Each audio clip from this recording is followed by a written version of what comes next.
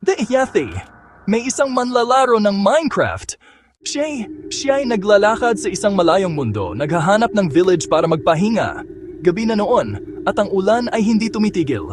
Sa gitna ng kagubatan, may nakita siyang abandoned na village. Walang tao, walang tunog, maliban sa hangin at pagpatak ng ulan. Pero habang nag-iikot siya, may napansin siyang kakaiba. May isang bahay na may ilaw, pero sarado ang pinto. Dahan-dahan siyang lumapit. Bumukas ang pinto ng kusa. Walang laman ang bahay, maliban sa isang chest. Binuksan niya ito at may laman isang libro. Ang pamagat, "Huwag mo akong gisingin." Sa likod ng libro, may sulat, "Kung nabasa mo ito, huli na ang lahat."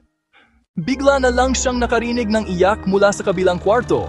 Isang tunog na parang bata, pero may halong pighati. Paglingon niya, may pulang mata sa dilim. Tumakbo siya, tumalon palabas ng bintana. Pero habang tumatakbo, napansin niyang sumusunod ito. Hindi lumalakad, hindi tumatakbo lumulutang, hindi niya alam kung paano siya nakaligtas. Pero simula noon, sa tuwing maglalaro siya ng Minecraft sa gabi, palagi niyang naririnig ang pag-iyak. At minsan, nasa likod na siya.